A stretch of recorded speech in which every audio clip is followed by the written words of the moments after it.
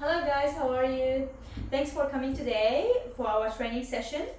Like we discussed in last meeting about the consultation session about the implement performance development process, we just uh, talking about the performance policies and procedures, performance development policies and procedures, and we improve that. So today our session will be about how we implement the performance development process. First of all, we want to start with acknowledgement of the country. We acknowledge the traditional owners of the country. We pay our respect to the Aboriginal and Torres Straits Islands culture and the elders in the past, present, and the future. So, welcome guys to this training session again. Thanks for your time, and I promise you it will not take a long time.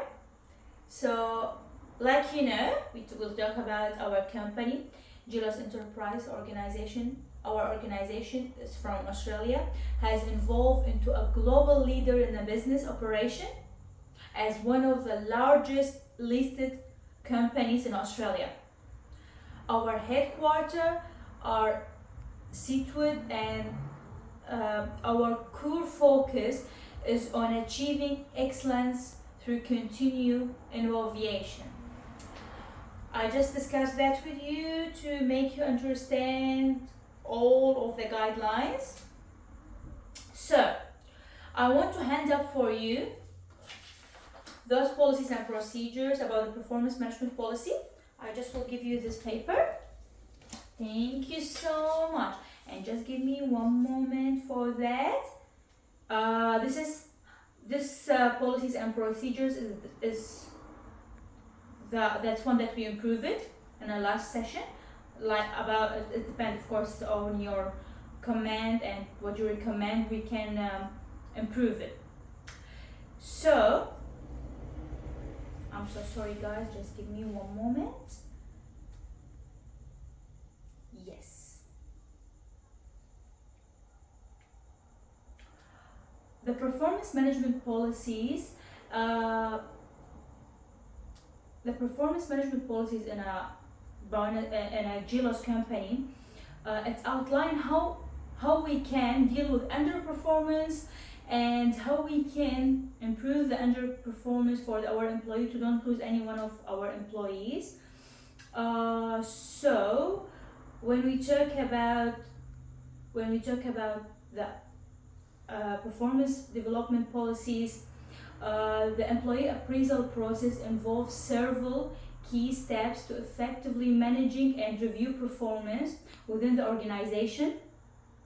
These steps include defining the purpose of the individual's jobs, the duties and the responsibilities, setting performance goal with the measurable outcomes, establishing performance standards, and providing the feedback through the meetings, documents, or performance appraisal.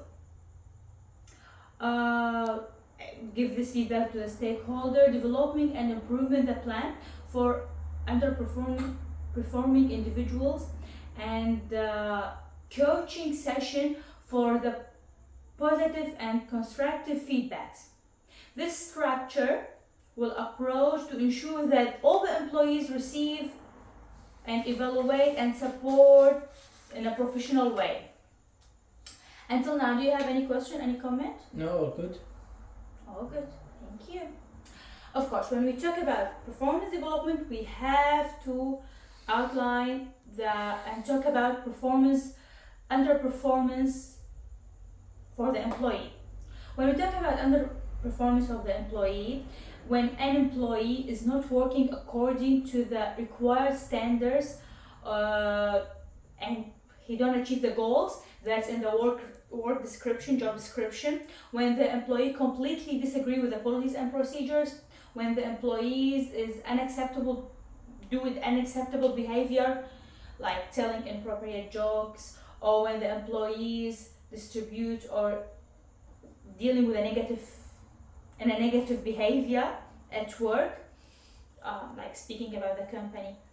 And underperformance is not about the jobs, maybe it's not about the roles of the job or the duties. Sometimes the underperformance can be like serious misconduct, theft, fraud, assault, etc. Okay, so until now, everything is clear? Yes, it's Everything is good? clear. Yeah. You don't have anything you want to add, anything you want to tell? No, I'm good. Oh, good. Thank you so much. So, today we will discuss how the KPIs, the coaching, the rewarding can be effect on the monitoring performance, identify performance gaps, provide the feedback, and managing the talent. First of all, we want to talk about the monitoring performance. The KPI is always established the relevant KPI that aligns with the organization goals and coaching objectives. To monitor these KPIs regularly to assess how well employees are performing and the targets. Coaching, of course, we're using the coaching session to monitor the performance to see where is the employee has need to improve, what's the area need to improve. We will coach this employee in this area to make him understand to improve. Rewards, we will link the rewards to the achievement of the KPIs. When the employee achieves the KPIs, we will reward this employee. It's just like a motivation for the employee. All good until now? Yep, all good. Thank you. Identify the performance gaps. The KPIs help us to identify all the performance gaps and underperformance as well. And when we check the KPI, we will see where is the gaps for this employee. Like for example, some employees in the work, they do all the work perfect, but they have small gaps in the works. Like let's say when they're sending the emails, they have incorrect spelling, or when they're dealing with the customers, they take a lot of time to answer the call, for example. So the KPIs help us to identify the performance gap. Of course, with the coaching, we will try in the coaching to addressing the performance gap by providing a targeted support and development opportunities to identify these gaps and to make the employee improve. Okay. Rewards is to recognize and reward employees who successfully address the performance gaps. So again, the reward is like a motivation to the employee. And like we mentioned in the last consultation session, the rewards is not just about money. Sometimes it can be like giving to them the certificate that he achieved the goals. Can we promote the employee and the position, especially if they have higher performance, and we will come to that in the managing the talents. Providing the feedback with the KPIs, we can provide the feedback to the employee, like sometimes be positive feedbacks, sometimes negative, depend. With the coaching, of course, we're offering constructive feedback during the coaching sessions, focusing on a specific performance matters and behaviors that contribute to overall success. The rewards, again, we start talking about the rewards, using the rewards as a form of the positive feedbacks. Sometimes our rewards can be like verbal, when we're giving the feedback to deserves behavior and outcomes, and recognize the employee for their hard work, thankful for the employee for the hard work and achievement. With the managing talent, we use the KPIs to assess talent performance and potential within organization. Identifying the KPIs will helping us to identifying the high performance of the employee. Who's the higher performance than others? After that, we will reward this employee, of course. Implement a reward system that, like we mentioned it in the consultation session, promoting, buy money, certificates, all of those. Until now, everything is clear? Yes, it's clear. Do you have any comments, things you want to add it? No, all good. Excellent. Now we will go to other section. In relation to the monitoring performance, we have 2 points we need to discuss, like you see in front of you in the PowerPoint. Monitor staff regularly and intervening. When we talk about monitoring staff, we have to define the KPIs, aligning with the strategy goals and individual rules. Also, aligned with the SMART goals. And we have to schedule regular performance check-in meeting with the employee to check the performance of the employee, to review the progress as well, how he tried to improve the work, with the open communication and collect the feedback. Ensure the confidentiality. Everything will be secret, private with the employee, just between us and the employee, the managers and the employee, the supervisor and the employee. Monitor staff performance is alignment with the GLOS enterprise performance management policies and procedures. Of course, when we're monitoring the staff, we have to follow all the policies and procedures that's in front of you. Ensure that the performance monitoring practice uphold the organizational values and standards. Adhere to legal requirements. We have to always, when we make the monitoring staff, we have to ensure we follow the law steps according to the Fair Work Act, according to the Equal Employment Opportunities, Anti-Discrimination, etc. Address the performance issue immediately, consist and fair treatment.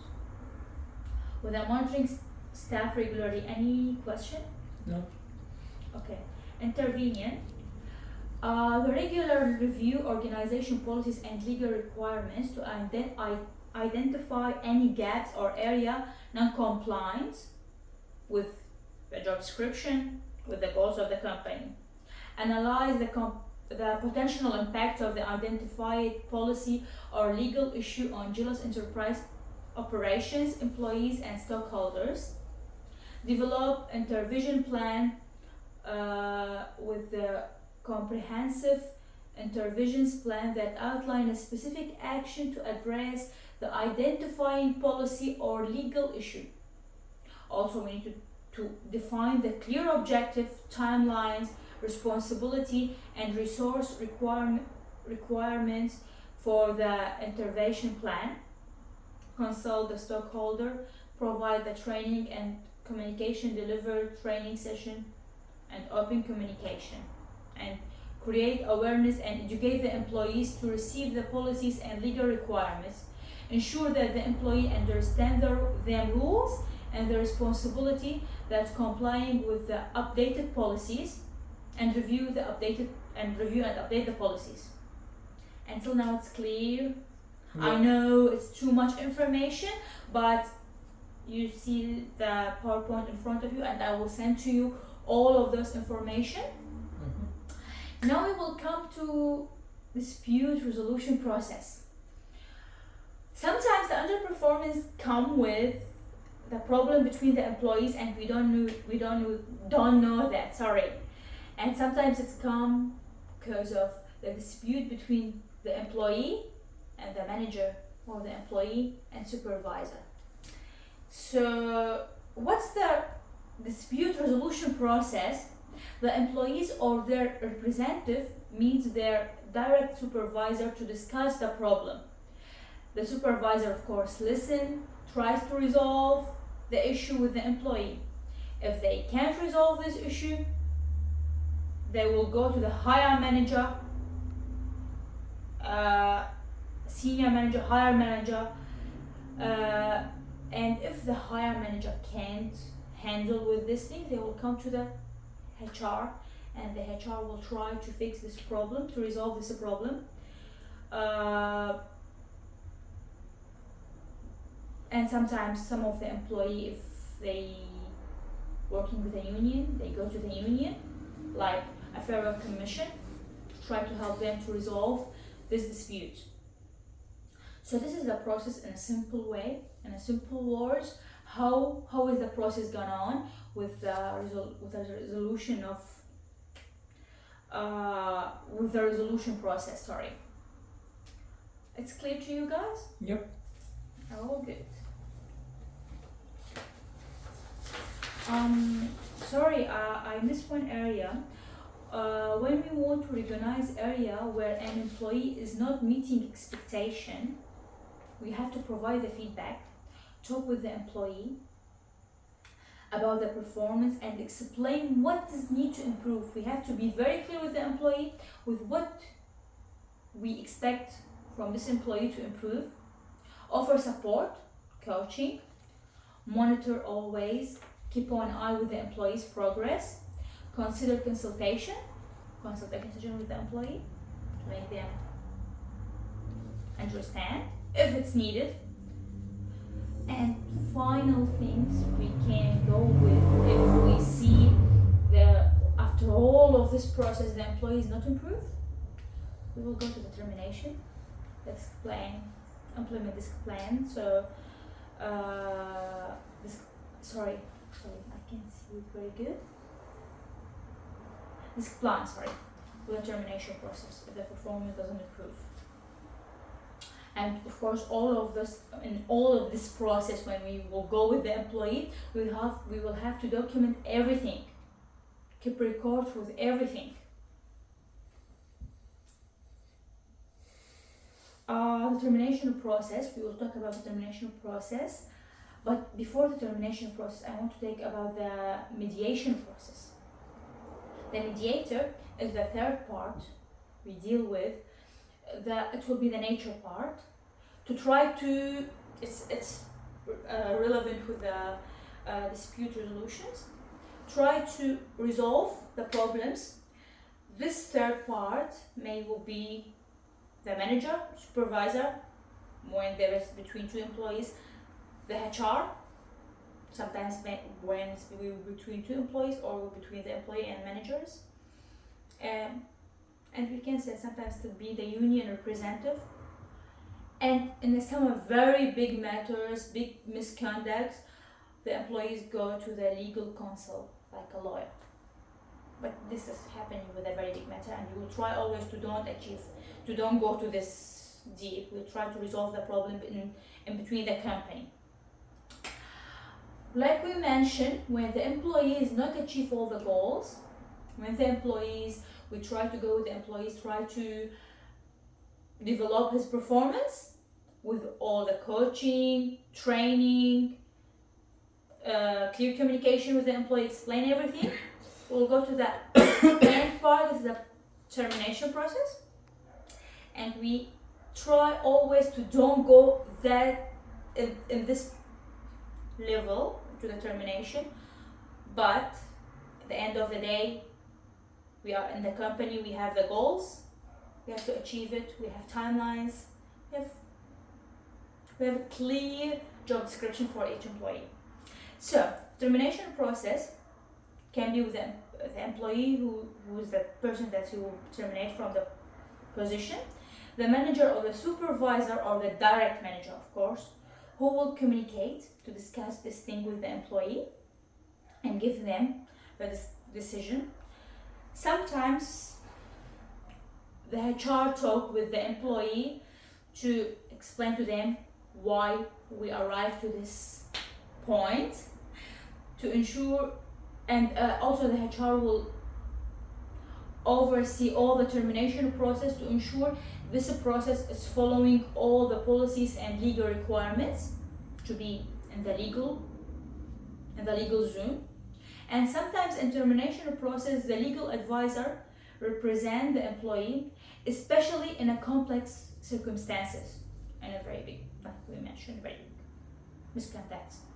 If the employee is the part of union, the union will represent the employee to make sure the termination follow all the agreements and laws. That's all for today, guys. Do you have any question?